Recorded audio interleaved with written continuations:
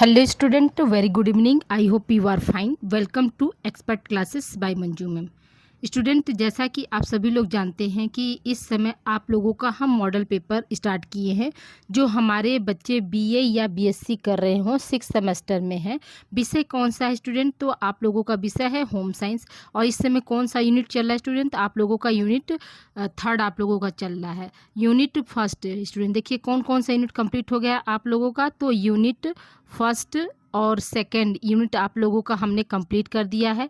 और जो है कल से यानी मॉडल पेपर 6 से जो है आप लोगों का यूनिट थर्ड स्टार्ट हुआ है। स्टूडेंट, जो बच्चे हमारे आज पहली बार चैनल को विजिट कर रहे हैं तो वो चैनल को सब्सक्राइब कर देंगे और बेल आइकन को प्रेस कर देंगे, जो घंटी जैसा आकार उसको प्रेस कर देंगे तो मेरी जितनी भी वीडियो है उसका नोटिफिकेशन आप तक आसानी से पहुँच जाएगा। स्टूडेंट, तो देखिए पेपर कौन सा है स्टूडेंट? तो पेपर है आप लोगों का सेकेंड पेपर हम इस समय स्टार्ट किए हुए हैं।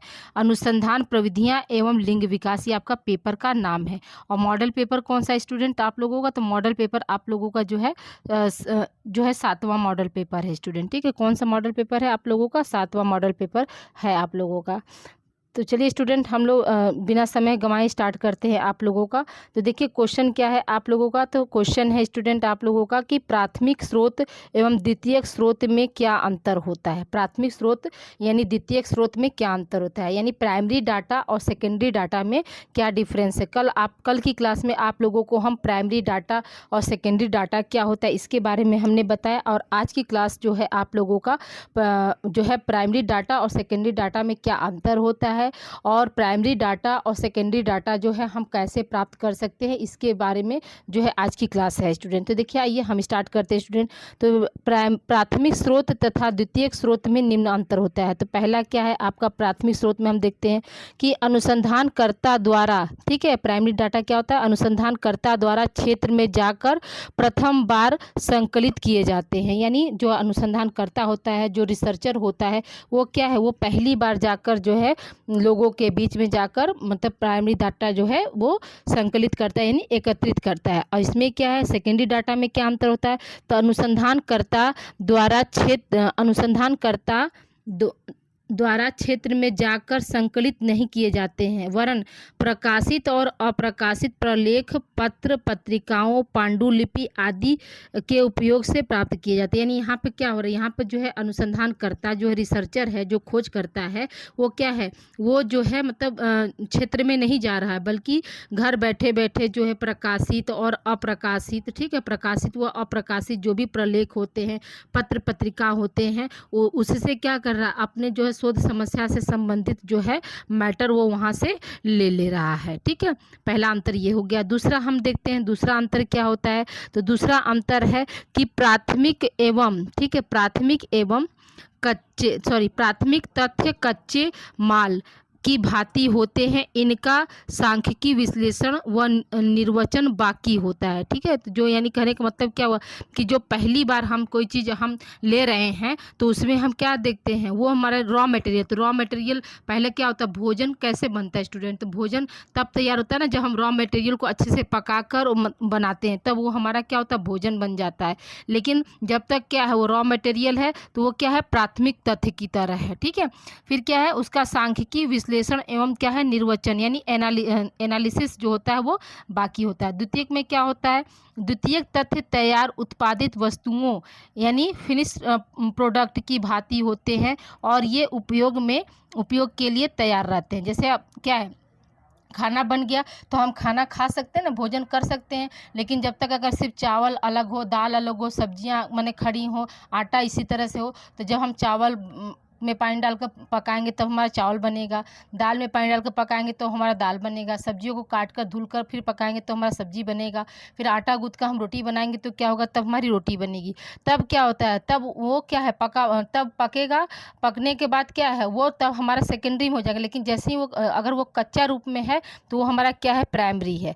तो सेकेंडरी होने के बाद क्या होता है, अब कच्चा चीज़ तो हम खा नहीं सकते हैं, लेकिन सेकेंडरी उत्पाद प्रोडक्ट में हम क्या कर सकते हैं, बना हुआ या यूँ कह सकते जो प्रिजर्व फूड होते हैं, जो पार्सल फूड होते हैं, वो क्या है, वो आपका सेकेंडरी डाटा के अंतर्गत आते हैं, क्योंकि वहाँ पे क्या आपका पार्सल जो आ रहा है आप तक जो पहुँच रहा है तब तक वो क्या होता है सेकेंडरी डाटा के रूप में कन्वर्ट हो जाता है। ठीक है, तो क्या है सिर्फ हमको खाना ही रहता है उसमें। अब देखिए तीसरा अंतर हमारा क्या है, तो तीसरा अंतर है प्राथमिक तथ्य मौलिक होते हैं। ठीक है, प्राथमिक तथ्य क्या होते हैं, मौलिक का मतलब क्या हुआ कि ओरिजिनल होते हैं।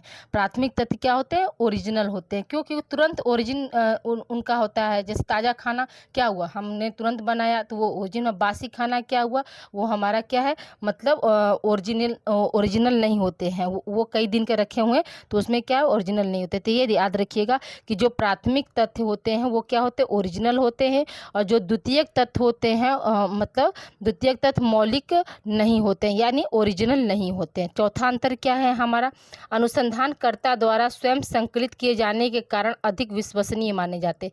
इसमें क्या है, इसमें जो शोध करता है वो फील्ड में जाकर लोगों से प्रश्न पूछ कर उसका उत्तर भरता है तो वो क्या है अधिक विश्वसनीय होता है। और इसमें क्या है, इसकी विश्वसनीयता संकलित की जाने वाली संस्था या व्यक्ति की ख्याति के अनुसार आंकी जाती है। ठीक है, यानी यहाँ पे क्या हुआ, यहाँ पर अगर मान लीजिए किसी, यहाँ पर कहने का मतलब हुआ कि वो पहले से तो बना बनाए चीज़ें हैं। जैसे मान लीजिए कोई राइटर हो गए, कोई जैसे हम साइंटिस्ट मान सकते हैं, पूर्व राष्ट्रपति जैसे एपीजे अब्दुल कलाम की अगर जीवन कथा के बारे में हमको जानना, आत्मकथा के बारे में जानना है तो क्या वो प्रख्यात माने वो ख्याति प्राप्त पर्सन थे, उनका ख्याति प्राप्त जो है व्यक्तित्व था।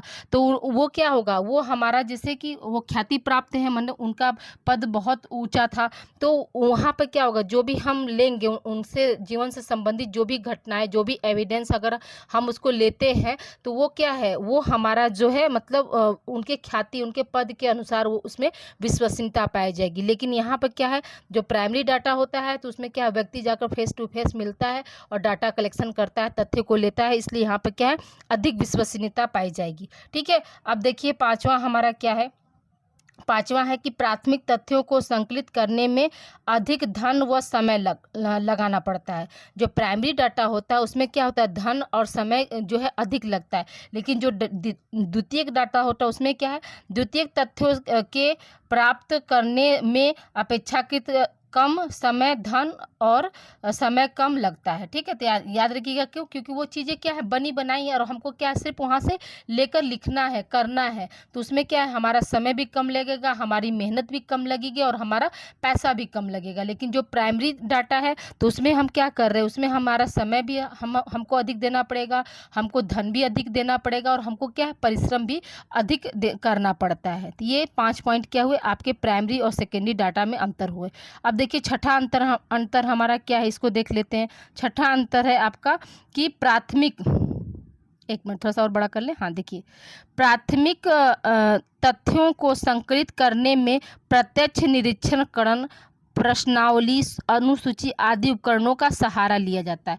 जो प्राइमरी डाटा हम ले रहे हैं, प्राथमिक तथ्य ले रहे हैं तो उसमें क्या निरीक्षणकरण मतलब कि हम जाकर देखते हैं। ठीक है, प्रश्नावली का मतलब हुआ कि प्रश्न बनाकर, अनुसूची बनाकर जो है लोगों से फेस टू फेस मिलकर उसको भरते हैं, तब उसमें समय और पैसा, धन सब कुछ ज़्यादा लगता है। फिर क्या आपका द्वितीयक तथ्यों के संकलन में जीवन, इतिहास, ठीक है, डायरी, पत्र, रिकॉर्ड, पत्रिकाएं आदि का सहारा लिया जाता है। द्वितीयक में हम क्या करते हैं तो उसमें हम कोई भी किसी का भी जीवन परिचय हो गया, ठीक है, किसी के जीवन से संबंधित कोई डायरी हो गई, कोई पत्र हो गया, कोई रिकॉर्ड हो गई, कोई पत्रिका हो गई आदि को का जो है सहारा लेकर हम अपना शोध कार्य जो है आगे करते हैं। फिर क्या सातवां अंतर हमारा क्या है, प्राथमिक तथ्यों का संकलन, तथ्यों के संकलन की पहली अवस्था होती है। प्राथमिक तथ्यों का संकलन क्या होता है, तथ्य संकलन की जो है पहली अवस्था होती है। और यहाँ पर क्या है, द्वितीयक तथ्य का संकलन तथ्यों के संकलन में दूसरी या बाद की अवस्था होती है। ठीक है, तो यहाँ द्वितीयक में क्या हो रहा है, हम बाद में कोई चीज़ मतलब पहले जैसे हो चुका, जैसे किसी का जीवन इतिहास पहले लिखा जा चुका, फिर हमने अपने शोध कार्य में क्या हुआ उसके जीवन इतिहास के कुछ चीज़ों को, कुछ एविडेंस को हमने क्या किया शामिल किया, तो ये क्या क्या है, द्वितीयक में हुआ। ठीक है, अब ये आई होप यहाँ तक आप समझ में गए होंगे। तो इसको क्या है, आप लोग जो है मतलब आप लोग अपने सुविधा अनुसार इसको लिख लीजिए, ताकि आप लोगों का यहाँ से क्वेश्चन जो है तैयार हो गया। अगर ये क्वेश्चन जो है आप लोगों का जो है कैसे पूछा जा सकता है, तो आप लोगों का ये शॉर्ट क्वेश्चन में भी आ सकता है स्टूडेंट, और साथ ही साथ क्या है, लॉन्ग क्वेश्चन में भी आप लोगों का ये आ सकता है। तो यहाँ पर कोई कन्फ्यूजन ना हो, तो इसको आप लोग कर लीजिएगा। अब आइए देखिए हम दूसरे क्वेश्चन की तरफ बढ़ते हैं। दूसरा क्वेश्चन हमारा क्या है कि प्राथमिक स्रोत प्राप्त करने की क्या क्या विधियां होती हैं। ठीक है, ऐसी कौन कौन सी विधियां हैं जिनसे हम प्राथमिक स्रोत जो है प्राप्त करते हैं, और साथ ही साथ उनके गुण क्या होते हैं और उनके दोष क्या होते हैं, ये बताइए। प्रश्न आपका ये पूछ रहा है। तो आइए देखिए हम स्टार्ट करते हैं। कि जब कोई अनुसंधानकर्ता अध्ययन के क्षेत्र में अध्ययन इकाइयों से स्वयं या अपनी सहयोगी अध्ययनकर्ताओं के द्वारा संपर्क करके तथ्यों का संकलन करता है, तो यह संकलन को प्राथमिक स्रोत कहलाता। तो यह संकलन क्या है, प्राथमिक स्रोत कहलाता है। तो देखिए अभी हमने आपको बताया कि कोई भी अध्ययन करता है, जैसे आप हो सकते हैं, जैसे इसमें 6 सेमेस्टर में है, तो आप लोगों को क्या है, रिसर्च प्रोजेक्ट बनाना है। तो उसमें क्या है, आप अध्ययन करने जा रहे हैं आंगनवाड़ी पे। ठीक है, आंगनवाड़ी में दी जाने वाली सुविधाओं पर एक आप अध्ययन कर रहे हैं। तो अब वहाँ पर क्या करेंगे, आप जाकर खुद आंगनवाड़ी में जाकर देखना, और जो भी आपसे पहले अनुसंधान करते हैं, यानी जो भी पहले आपसे पहले जो है रिसर्च किए हैं, उनका आप मदद लेकर तथ्य यानी डाटा का संकलन करते हैं, तो वही क्या है, आपका प्राथमिक स्रोत कहलाएगा। ठीक है, इस प्रकार एक विषय से संबंधित जीवित व्यक्ति यहाँ पर वह होगा, वह घटनाएं ही प्राथमिक स्रोत होते हैं जिनसे कि अनुसंधानकर्ता अपनी आवश्यकता अनुसार तथ्यों को क्या करता है, एकत्रित करता है। ठीक है, तो यहाँ पर क्या है, प्राथमिक तथ्य के लिए क्या है, व्यक्ति का जीवित रहना जो है जरूरी है, और वो घटना भी क्या हो, वो घटना भी तुरंत का ज्वलंत वाला हो, तो वो क्या है, तभी उसका शोध कार्य जो है सभी जो है सफल हो पाएगा। अब देखिए यहाँ पे क्या, श्रीमती यंग के द्वारा प्राथमिक सूचना के स्रोत निम्नलिखित है। पहला उन्होंने क्या बताया, पहला बताया कि प्रत्यक्ष निरीक्षण, यानी प्रत्यक्ष निरीक्षण को हम इंग्लिश में क्या बोलते हैं, डायरेक्ट ऑब्जर्वेशन, यानी जाकर मैंने खुली आंखों से देखना, डायरेक्ट कांटेक्ट करना जो है आपका क्या है, प्रत्यक्ष निरीक्षण के अंतर्गत आता है। अब देखिए यहाँ पे क्या, प्राथमिक तथ्यों के संकलन का एक स्रोत, साधन या पद्धति प्रत्यक्ष निरीक्षण है। इसमें अनुसंधानकर्ता स्वयं क्षेत्र में जाकर घटना स्थल पर संबंधित वस्तुओं, घटनाओं, व्यवहारों आदि का प्रत्यक्ष तौर पर निरीक्षण या अवलोकन करके तथ्यों को एकत्रित करता है। वास्तव में प्रत्यक्ष तौर पर निरीक्षण या अवलोकन करके तथ्यों को संकलित करने का एक उत्तम व निर्भर योग्य स्रोत या साधन माना जाता है। जो ऑब्जर्वेशन है उसमें क्या कहा जा रहा है, उसमें ये कहा जा रहा है कि इसमें क्या जो निरीक्षण करता है या शोध करता है, वो खुद जाकर उस क्षेत्र में या उस घटना स्थल पर पहुंचकर सभी पहुंचकर क्या करता है, सभी संबंधित घटनाओं को और व्यवहारों को प्रत्यक्ष रूप से देखता है या अवलोकन करता है कि कहाँ तक ये सही है, कहाँ तक गलत है, उससे संबंधित जो है अपना आंकड़ा जो है प्रस्तुत करता है। ये जो निरीक्षण होता है ये क्या है, निर्भर होता है, निर्भर योग्य होता है, और साधन का जो है उत्तम स्रोत माना जाता है। ठीक है, लेकिन ठीक है, यहाँ पर आगे देखिए हम क्या है इसमें, लेकिन इस संदर्भ में यह ध्यान देना आवश्यक है कि स्रोत तभी निर्भर योग्य हुआ विश्वसनीय होगा यदि शोधकर्ता निरीक्षण के दौरान उचित मापदंड बनाए रखता है और अपने आप को पक्षपात से परे रखता है। यह निरीक्षण सहभागी भी हो सकता है और असहभागी भी हो सकता है। यानी यहाँ पर क्या कह रहा है, यहाँ पर जैसे वो शोध कार्य करने जा रहा है और प्राथमिक स्रोत का कलेक्शन कर रहा है, तो उसमें क्या उस व्यक्ति के अंदर, जो शोध करता है उस व्यक्ति के अंदर क्या होना चाहिए कि वह पक्षपात न करे। ठीक है, पक्षपात से परे रहे, तभी उसका जो है निरीक्षण जो है उचित ढंग से हो पाएगा। और यह निरीक्षण जो है सहभागी और क्या है, असहभागी। तो सहभागी का मतलब क्या हुआ कि पार्टिसिपेंट, यानी यहाँ पर क्या है, पार्टिसिपेंट यानी कुछ लोग इसमें जो है सहयोग कर सकते हैं आपके शोध कार्य में, और कुछ लोग क्या है आप पर जो है सहयोग नहीं कर सकते हैं। तो इस तरह से के निरीक्षण को हम क्या बोलते हैं, इस तरह के निरीक्षण को हम जो है प्रत्यक्ष निरीक्षण बोलते हैं। ठीक है, तो प्रत्यक्ष निरीक्षण जो है में उसमें क्या क्या एलिमेंट्स आपके शामिल हो सकते हैं, उसमें सब आपको कुछ लोगों का साथ मिल भी सकता है और कुछ लोगों का क्या साथ नहीं भी मिल सकता है। ठीक है, अब आइए दूसरी विधि हमारी क्या है। दूसरी विधि है अनुसूची। अनुसूची को हम इंग्लिश में क्या बोलते हैं, शेड्यूल। ठीक है, अनुसूची को इंग्लिश में हम क्या बोलते हैं, शेड्यूल बोलते हैं।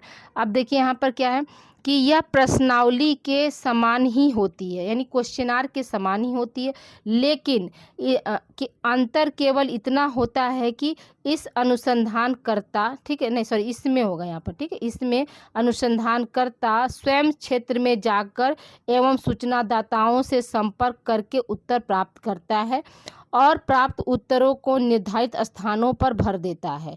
ठीक है, इस प्रकार अनुसूची प्रश्नावली की भांति डाक द्वारा नहीं भेजी जाती है। ठीक है, यहाँ पर ध्यान दीजिएगा, जो अनुसूची होता है, ठीक है, अनुसूची में भी प्रश्नों की जो है श्रृंखला होती है। ठीक है, अनुसूची में भी हम प्रश्न बनाते हैं और प्रश्नावली में भी हम प्रश्न बनाते हैं। देखिए अनुसूची में क्या अंतर होता है, अनुसूची और प्रश्नावली में क्या अंतर होता है, बहुत बेसिक अंतर होता है स्टूडेंट। देखिए अनुसूची जो होता है उसमें क्या है, जो शोध करता है, जैसे आप जो है अगर शोध करने जा रहे हैं, शोध कार्य करने जा रहे हैं, तो इसमें क्या है, आप अनुसूची प्रश्न बना लिए। ठीक है, तो प्रश्न बनाकर जाकर उत्तरदाता से जो है संपर्क करके आप प्रश्न पूछकर उसको उत्तर को आप स्वयं भरेंगे। ठीक है, लेकिन जो प्रश्नावली होती है उसमें क्या है, उसमें जो प्रश्नावली में ये होता है कि प्रश्नावली को हम क्वेश्चन बनाकर क्या करते हैं, डाक द्वारा हम भेज देते हैं, वहाँ पर विनती करते हैं कि मतलब आप जो है इस प्रश्नावली को पढ़िए और जो है उत्तर भरकर हमें कृपया मतलब भेजने का जो है कष्ट करें या निवेदन करते हैं हम वहाँ पे। ठीक है, लेकिन अनुसूची में क्या है, अनुसूची में आप जाकर खुद ही जैसे एक एक लोग से संपर्क करके प्रश्न पूछ के अपना भरते हैं। ठीक है, ये चीज़ अंतर होता है। अब आइए देखिए आगे बात करते हैं। इस प्रकार अनुसूची प्रश्नावली की भांति डाक द्वारा नहीं भेजी जाती है। ठीक है, यह स्रोत पद्धति सीमित क्षेत्र के अध्ययन में ही लाभप्रद हो सकती है। ठीक है, तो यानी जो अनुसूची है वह क्या है, वह आपका सीमित क्षेत्र में हम ले सकते हैं, लेकिन जो प्रश्नावली का जो प्रयोग है वो क्या कर सकते हैं, हम बृहद यानी विस्तृत क्षेत्र तक ले सकते हैं। अनुसूची जो है आपके जैसे मान लीजिए लोकल एरिया में जो है आप अनुसूची का यूज कर सकते हैं, लेकिन अगर मान लीजिए वहीं पर आप जैसे रहने वाले बनारस के हैं और आपको सैम्पलिंग, ठीक है, जो आपको डाटा लेना है, सैम्पलिंग लेनी है, वो क्या है, वो आपका चंदौली हो जाए, मिर्ज़ापुर हो जाए, भदोही हो जाती, ये सब क्या जिला जो है आपका दूर पड़ेगा, आपका आने जाने में खर्च ज़्यादा लगेगा, समय ज़्यादा लगेगा, तो और परिश्रम भी ज़्यादा लगेगा। इन सब चीज़ों से बचने के लिए क्या करते हैं लोग कि वो प्रश्नावली क्वेश्चनार बना लेते हैं और डाक द्वारा जो है भेज देते हैं कि आप लोग इसको जो है पढ़ के भरिए। तो यहाँ पर क्या है, तो जो अनुसूची का जो क्षेत्र होता है वो सीमित होता है और प्रश्नावली का जो क्षेत्र होता है वो बृहद या विस्तृत होता है। ठीक है, फिर क्या, परंतु इससे लाभ यह है, यहाँ पर यह बना लीजिएगा। ठीक है,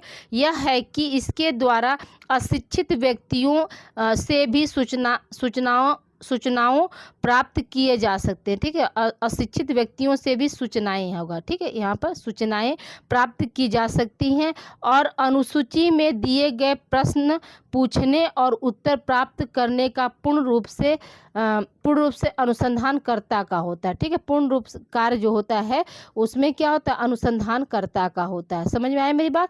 यहाँ पे क्या है, यहाँ पर जो है अनुसूची तैयार करने से यह लाभ होता है कि जो प्रश्न जो आप तैयार किए हैं तो इसमें जो आपके उत्तरदाता होंगे वो क्या है, अशिक्षित भी हो सकते हैं। अशिक्षित होने का मतलब यहाँ पे क्या हो कि पढ़े लिखे नहीं रहेंगे, तो भी आप क्या कर सकते हैं, अपने डाटा का संकलन कर सकते हैं, अपने प्राथमिक स्रोत को आप प्राप्त कर सकते हैं। कैसे कि आप तो पढ़े लिखे हैं, आप जो है शोध कार्य करने जा रहे हैं उस क्षेत्र में, तो वहाँ पे क्या करेंगे, वहाँ पर जो भी अशिक्षित लोग हैं आप उनसे प्रश्न पूछ कर उस अनुसूची को आप खुद ही भरेंगे और पूरी जिम्मेदारी जो होगी वो आपकी होगी। तो इससे क्या होगा, इससे जो आपका शोध कार्य होगा वो ज़्यादा सफल होगा और उस शोध कार्य जो होगा विश्वसनीय भी होगा। क्यों, क्योंकि पूर्ण रूप से आपने अपनी जिम्मेदारियों को वहाँ पर निभाया है। ठीक है, यहाँ मतलब पूरा कार्य जो होता है उत्तर भरने का कार्य क्या होता है, शोधकर्ता का होता है। लेकिन जो हमारी प्रश्नावली होती है, क्वेश्चनार होता है, तो वहाँ पर जो है पूर्ण रूप से क्या होते हैं, वो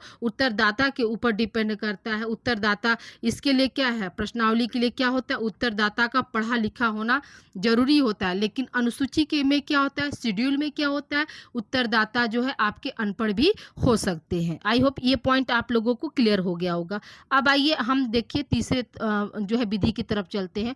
तो क्वेश्चनार यानी प्रश्नावली, जिसके बारे में अभी आप लोगों को हम बता रहे थे। तो देखिए प्रश्नावली में क्या है कि जब अध्ययन क्षेत्र इतना विस्तृत होता है, देखिए हमने बताया ना कि जो अनुसूची है वो क्या, उसका क्षेत्र जो है सीमित होता है, लेकिन जो प्रश्नावली है उसका क्षेत्र क्या होता है, बहुत विस्तृत होता है। ठीक है, कि अनुसंधानकर्ता के लिए यह संभव नहीं होता कि वह विषय से संबंधित अपने प्रश्नों का उत्तर सूचनादाताओं से स्वयं संबंध स्थापित करके प्राप्त कर सकता है। तो ये भी हमने बताया। यहाँ पे क्या है, जो रिसर्चर है, जो स्कॉलर है, जो अनुसंधानकर्ता है, वह क्या, अगर क्षेत्र बड़ा हो गया तो वहाँ पर कोई ज़रूरी नहीं कि वह जो रिसर्चर है वो क्या है, वो अपने विषय से संबंधित जो है प्रश्नों का उत्तर जो है सूचनादाता या उत्तरदाता से जो है प्राप्त कर सके। तब वहाँ पे क्या है, तब हम वहाँ पे प्रश्नावली का यूज करते हैं। फिर क्या, तो वह प्रश्नों की एक सूची डाक द्वारा सूचनादाताओं के पास इस अनुरोध के साथ भेज देता है कि उन प्रश्नों का उत्तर भरकर उन्हें लौटा दिया जाए। देखिए अभी हमने बताया ना कि यहाँ पे क्या, प्रश्नावली में हम विनम्र निवेदन कर रहे हैं कि आपके पास ये प्रश्नों की सूची गई है, कृपया आप उसे पढ़कर भरकर जो है हमें क्या है, लौटा दीजिए। लेकिन अनुसूची में क्या, और अनुसूची में आप फेस टू फेस जो है कांटेक्ट करके अपने द्वारा जो भी लिखे गए प्रश्नों के उत्तरदाता से पूछकर स्वयं ही आप भर लेते हैं। ठीक है, फिर क्या, इसी को जो है प्रश्नावली कहते हैं। प्राथमिक तथ्यों को एकत्रित करने का यह एक महत्वपूर्ण स्रोत होता है। प्रश्नावली एक ऐसा साधन है जिसकी सहायता से बड़े क्षेत्र में फैले सूचनादाताओं से अप्रत्यक्ष संबंध स्थापित करना और महत्वपूर्ण सूचनाओं को एकत्रित करना क्या होता है, सरल हो जाता है। पर यह स्रोत तभी सफलतापूर्वक कार्य करता है जब सूचनादाता क्या हो, पढ़े लिखे हों। अभी हमने आपको बताया कि प्रश्नावली में क्या है, प्रश्नावली में जो आपके उत्तरदाता हैं या सूचनादाता हैं उनका क्या है, पढ़ा लिखा होना जरूरी होता है। उसमें अनुसंधान कार्यों के प्रति जो है सहयोग की भावना हो। साथ ही साथ क्या हो, जो भी सूचनादाता हैं, उत्तरदाता हैं, उनमें क्या हो, अनुसंधान कार्य यानी जो शोध कार्य आप कर रहे हैं उसके प्रति क्या हो, उनके अंदर सहयोग की भावना होगी, तभी तो वो आपकी मदद करेंगे, नहीं तो क्यों करेंगे, तब वो बिल्कुल नहीं कर सकते हैं। ठीक है, तो ये तीसरा विधि हो गया। अब देखिए हम चौथे विधि की बात करते हैं। चौथा विधि हमारा क्या है, साक्षात्कार। साक्षात्कार को हम इंग्लिश में क्या बोलते हैं, इंटरव्यू बोलते हैं। अब देखिए यहाँ पर साक्षात्कार कैसे होता है, तो आप सभी लोग जानते हैं कि आपस में आप जो है बातचीत, आमने सामने बैठकर जो भी बातचीत की क्रियाकलाप होती है उसी को हम क्या बोलते हैं, साक्षात्कार बोलते हैं। अब देखिए यहाँ पे क्या है, प्राथमिक सूचनाओं को प्राप्त करने का एक और प्रमुख साधन संबंधित स्थानीय व्यक्तियों से स्वयं मिलकर व उनसे बातचीत करके विषय से संबंधित तथ्यों को एकत्रित करना है। ठीक है, साक्षात्कार का मतलब क्या हुआ कि आमने सामने बैठकर किसी भी विषय पर क्वेश्चन होता है, जैसे आप लोगों का जो है वाइबा, ठीक है, आपका लोगों का क्या होता है, वाइबा होता है होम साइंस में। तो आप क्या है, एग्जामिनर आते हैं तो आपसे क्या कर रहे हैं, साक्षात्कार ही करते हैं ना। जैसे आपका क्वेश्चन पूछेंगे कि आपके पेपर कौन कौन से हैं, तो आप क्या बताएंगे। 6th सेमेस्टर मान लीजिए आप क्वेश्चन आ गया कि एग्जामिनर आपसे पूछे कि आप जो है 6th सेमेस्टर में कितने पेपर पढ़ते हैं, तो आप क्या बताएंगे, आप बताएंगे ना कि हम 2 पेपर पढ़ते हैं। पहला आपका उपचारात्मक पोषण है, दूसरा क्या है आपका जो है अनुसंधान प्रविधियाँ या इसी को अनुसंधान पद्धति भी बोलते हैं, तथा लिंग विकास, ये आप बताएंगे ना।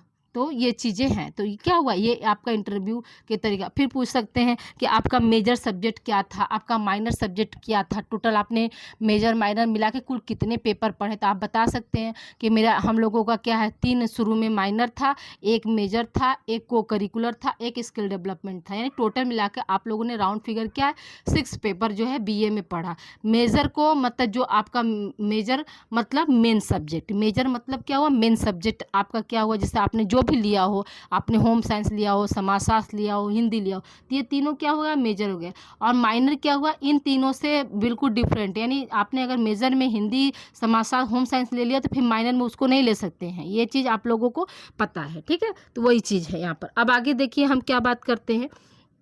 आगे देखिए, स्थानीय व्यक्ति उस विषय, यहाँ पूछे नहीं हुआ, ठीक, उस विषय के साथ अधिक समय से घनिष्ठ रूप से संबंधित होने के कारण उसके विषय में अधिक निर्भर योग्य, वह वास्तविक, यहाँ पर वो होगा, ठीक है, वह वास्तविक जानकारी रखते हैं और इसलिए उनसे साक्षात्कार न केवल अनेक महत्वपूर्ण सूचनाओं एवं तथ्यों को एकत्रित किया जाता है, अपितु सामाजिक प्रक्रिया के संबंध में भी ज्ञान प्राप्त किया जाता है। यहाँ पर क्या है कि जैसे कहा जा रहा है कि जो भी मतलब जिस भी व्यक्ति से जो आप साक्षात्कार करने जा रहे हैं, तो वह स्थानीय व्यक्ति क्या होता है, उस मतलब उस विषय से जैसे उसका बहुत घनिष्ठ संबंध होता है, या स्थानीय परिवेश के बारे में वह व्यक्ति क्या है, भली भांति जानता हो, जिससे क्या हो, जिससे आपका शोध कार्य जो हो आगे मतलब अच्छा से चल सके। इसीलिए कहा जाता है ना कि अगर शोध करता है तो उनको क्या है, उनको जो है लोकल लैंग्वेज यानी स्थानीय क्षेत्रीय भाषा का भी जानकारी होना चाहिए। अगर आप जाकर गांव में हैं, अगर खड़ी भाषा इंग्लिश लैंग्वेज का आप प्रयोग कर रहे हैं, तो जो है उत्तरदाता है, जो है सूचनादाता, उनको समझ में नहीं, तो आपका क्या शोध कार्य जो वहाँ पर क्या है, अपूर्ण माना जाएगा, आपको कोई सैंपल मिल ही नहीं सकता है। इसलिए क्या है, शोधकर्ता को जो है लोकल लैंग्वेज भी आना चाहिए, ठीक है। अब आइए देखिए हम बात करते हैं प्राथमिक स्रोत के गुण क्या क्या हैं। देखिए प्राथमिक स्रोत के गुण क्या है। पहला क्या है, अधिक निर्भर योग्य एवं विश्वसनीय। क्यों है ये, पहला में पॉइंट हमने दिया कि अधिक निर्भर योग्य एवं विश्वसनीय क्यों है, क्योंकि यहाँ पे क्या हो रहा है, प्राथमिक स्रोत यानी कि जाकर आप प्रत्यक्ष रूप से जो है डाटा का, तथ्य का जो है संकलन कर रहे हैं, तो इसलिए उसमें क्या है, एक निर्भरता भी है और प्लस आपका क्या है, यह मतलब निर्भर योग्य भी है, और साथ ही साथ क्या होता है, यह विश्वसनीय होता है, ठीक है। फिर क्या, परिवर्तन संभव होता है, यानी कहने का मतलब क्या, परिवर्तन संभव का मतलब क्या हुआ कि जैसे आप करंट का डाटा लिए जाकर प्रत्यक्ष रूप से किसी से पूछ रहे हैं, कोई क्वेरी किया आपने और उसका आंसर आपको सही नहीं मिला, तो आप क्या करते हैं, तुरंत प्रश्न को बदल सकते हैं। तो जो प्राथमिक स्रोत में है, जो प्राथमिक स्रोत के गुण क्या है कि उसमें आप जैसे किसी भी समय आप क्या कर सकते हैं, परिवर्तन ला सकते हैं, लेकिन वहीं पर सेकेंडरी अगर डाटा की बात हो जाएगी तब आपका क्या वहाँ पर परिवर्तन लाना जो है संभव नहीं होता है। फिर क्या, आंतरिक व गुप्त तथ्यों की प्राप्ति। जो प्राथमिक स्रोत हम लेने जाते हैं तो उसका एक गुण ये भी है कि जितने भी इंटरनल इंफॉर्मेशन है, गुप्त इंफॉर्मेशन है, इन सब की जो है प्राप्ति जो है अच्छे से हो जाती है। क्योंकि अगर हम किसी से फेस टू फेस मिलते हैं, अगर किसी की सुनी सुनाई बातों को अगर हम देखेंगे तो उसमें नहीं होगा, लेकिन हम जब किसी व्यक्ति से जाकर मिलते हैं, अपनी जो है सोच समस्या को बताते हैं, तो उससे संबंधित जो भी जानकारी रहता है वो क्या करता है, वो बता देता है। तो वहाँ पे क्या है, आंतरिक जो है आंतरिक तथ्यों को भी हम प्राप्त कर रहे हैं और गुप्त तथ्यों की भी प्राप्ति हो जा रही है, ठीक है। फिर क्या, विस्तृत व पहले हुए क्षेत्रों से तथ्यों की प्राप्ति, ठीक है। विस्तृत व पहले हुए मतलब पहले से, ये क्या है, विस्तृत मतलब बड़ा, ठीक है। और यहाँ पर क्या है, जो क्षेत्र में पहले से जो भी मौजूद है वहाँ पर एलिमेंट्स, वो क्या है, उसकी प्राप्ति हमें जो है आसानी से हो जाती है। फिर क्या है, तथ्यों की मौलिक रूप से प्राप्ति, यानी जो भी हमको, मौलिक का मतलब क्या होता है, ओरिजिनल। मौलिक का मतलब क्या होता है, ओरिजिनल। तो जो भी हमें तथ्य मिलेंगे वो क्या होते हैं, ओरिजिनल तथ्य मिलते हैं यहाँ पर, किस में, प्राथमिक डाटा में। और क्या है, विषय से संबंधित सूचना की प्राप्ति। विषय से संबंधित क्या है, सूचना की भी प्राप्ति हो जाती है, किससे, प्राथमिक स्रोत से, ठीक है। तो ये क्या 6 पॉइंट जो है आपके जो है गुण थे। अब आइए हम बात करते हैं सीमाएं। तो देखिए कोई भी कार्य का जो होता है गुण होता है तो उसकी दोष भी होते हैं। तो प्राथमिक तथ्य जो है स्रोत की क्या क्या सीमाएं होती हैं ये देखते हैं। तो प्राथमिक या क्षेत्रीय, ठीक है, स्रोतों से तथ्यों के संकलन में जहां अनेक लाभ होते हैं वहां क्या कुछ हानियां भी होती हैं। पहला क्या है, आपका व्यक्तिगत पक्षपात की संभावना। यहाँ पे क्या है, जब व्यक्ति जैसे कि मान लीजिए फेस टू फेस मिल रहा है, अपनी बातों को रख रहा है, तो वहाँ पे क्या कर सकता है, वहाँ पर्सनल जो है पक्षपात भी कर सकता है। दूसरा क्या, केवल वर्तमान से संबंधित सूचना प्राप्त होती है। सही बात है, जो भी हमारे करंट में जो भी घटनाएं घट रही हैं उसी से तो हम प्राथमिक डाटा का जो है कलेक्शन कर रहे हैं। तो ये भी आपकी जो है एक दोष है। फिर क्या, अध्ययन में एक जैसे स्तर का अभाव पाया जाता है। जो भी स्टडी मैटर है उसमें क्या, एक जैसे स्तर का जो है अभाव जो है प्रेजेंट। कोई ज़रूरी नहीं है कि मतलब आपको हर व्यक्ति जो है एक ही समय पे मिल जाए, आपका अध्ययन कार्य जो है अच्छे से हो जाए, ऐसा नहीं है ना। तो एक जैसा उसमें अभाव जो है पाया जाता है। फिर क्या, तथ्यों की स्वाभाविकता में परिवर्तन। तो जो भी हमने डाटा लिया उसमें हम जब भी चाहे अपने स्वभाव के अनुसार क्या है परिवर्तन कर सकते हैं। फिर क्या, अधिक समय, धन व शक्ति की आवश्यकता है। तो क्या है, हमने आपको बताया कि जो है प्राथमिक स्रोत लेने में या प्राथमिक तथ्यों का संकलन करने में क्या होता है, अधिक समय, धन और शक्ति की जो है मतलब बहुत ज़्यादा आवश्यकता पड़ती है। तो देखिए ये आपका जो है प्राइमरी डाटा जो है कंप्लीट हो गया स्टूडेंट। तो देखिए स्टूडेंट, अभी तक आप लोग वीडियो को अगर लाइक नहीं किए हैं तो वीडियो को आप लोग लाइक कर दीजिए, वीडियो को शेयर कर दीजिए। पहली बार अगर वीडियो को आप देख रहे हैं तो चैनल को आप लोग सब्सक्राइब कर दीजिए। अगर कहीं किसी भी तरह का आपको डाउट है तो आप लोग कमेंट के जरिए क्वेश्चन कर सकते हैं स्टूडेंट। और बहुत जल्द ही आप लोगों का जो है इस चैनल पर को करिकुलर की भी क्लास बहुत जल्द ही मैं लगाने वाली हूँ। और साथ ही साथ आप लोगों का फर्स्ट पेपर की भी क्लास जो है बहुत जल्द ही इस चैनल पर आप लोगों को मिलेगा स्टूडेंट। ठीक है, आइए देखिए अब आगे बात करते हैं। अगला प्रश्न हमारा क्या है, द्वितीयक स्रोत से आप क्या समझते हैं। ठीक है, द्वितीयक स्रोत जो है आप से आप क्या समझते हैं।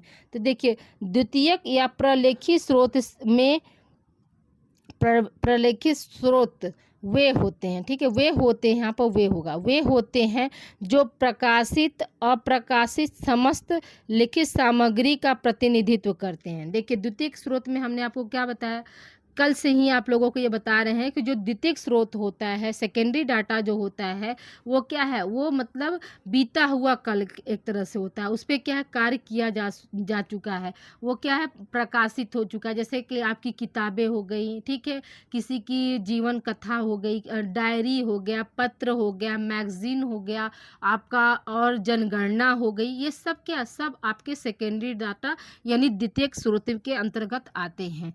ठीक है, जिनके माध्यम से अनुसंधानकर्ता को अपने विषय से संबंधित अनेक महत्वपूर्ण सूचनाओं या आंकड़े प्राप्त हो जाते हैं। ठीक है, तो ये क्या है, अगर उनकी समस्या है तो उस समस्या का समाधान के लिए क्या, वो सेकेंडरी डाटा का इस्तेमाल करते हैं और अपने जो है विषय संबंधित सूचनाएं जो है वहाँ से वो प्राप्त कर लेते हैं। जैसे देखिए, जनगणना रिपोर्ट से हमें देश की जनसंख्या आदि विषयों के संबंध में गणनात्मक या वैषयिक आंकड़े एवं सूचनाएं प्राप्त हो जाती हैं।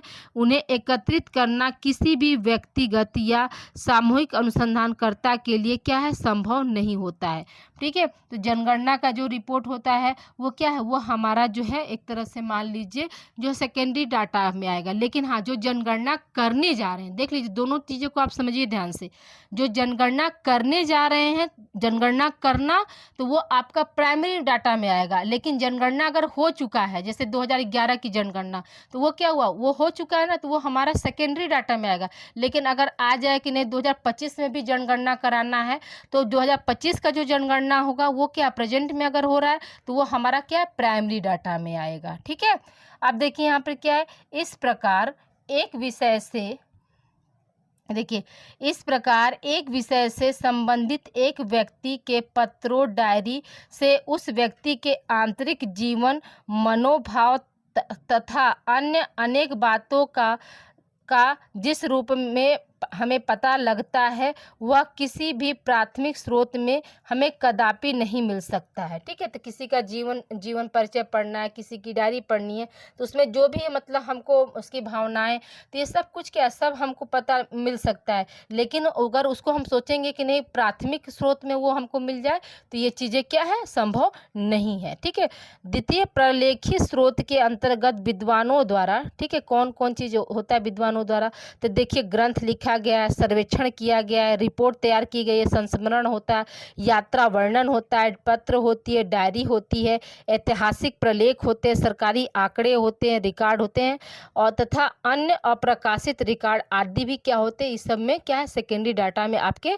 शामिल होते हैं। ठीक है स्टूडेंट, देखिए आपका जो है ये आज सेकेंडरी डाटा जो है और प्राइमरी डाटा दोनों आप लोगों का समाप्त हो गया। और कल आप लोगों का जो है मतलब बहुत इंपॉर्टेंट, कल की क्लास वेरी वेरी इम्पोर्टेंट होने वाली है स्टूडेंट, क्योंकि उसमें जितने भी मतलब रिसर्च मेथोलॉजी के जो प्रोसेस होते हैं उसमें हम आप लोगों को तीनों पढ़ाएंगे। आप लोगों का देखिए अनुसूची क्या होता है, साक्षात्कार क्या होता है, ठीक है, और आपका प्रश्नावली क्या होता है, निरीक्षण क्या होता है, सबका, और सबका क्या मतलब दोष है, क्या अर्थ है, क्या परिभाषा है, क्या गुण है, क्या विशेषताएं, ये सब कुछ आप लोगों को कल की क्लास में देंगे स्टूडेंट। तो देखिए आज के लिए इतना ही स्टूडेंट, और अपना ध्यान रखिए और पढ़ाई जो है एकदम जोरों शोरों से अच्छे से करिए। देखिए आपको मेथड ऑफ राइटिंग भी हम इस वीडियो में बता रहे हैं कि कैसे आप लोगों को लिखना है। तो आप लोगों को इसी तरह से लिखना है, आप लोगों को सीरीज खरीदने की कोई आवश्यकता नहीं है। आप लोग इस चैनल के माध्यम से अपनी जो होम साइंस की जो क्लास है आप प्रॉपर से आप ले सकते। आप देख रहे हैं कि आपका कुछ भी हम छोड़ नहीं रहे हैं, आपको यूनिट वाइज जहाँ से क्वेश्चन इंपॉर्टेंट बन सकते हैं वो सब कुछ आप लोगों को हम दे रहे हैं student. Okay, thank you for watching student, और प्लीज़ वीडियो को लाइक शेयर और कमेंट करके ज़रूर आप लोग बताइएगा कि आज की क्लास आप लोगों को कैसी लगी। ओके, मिलते हैं हम अगली क्लास में। Thank you for watching.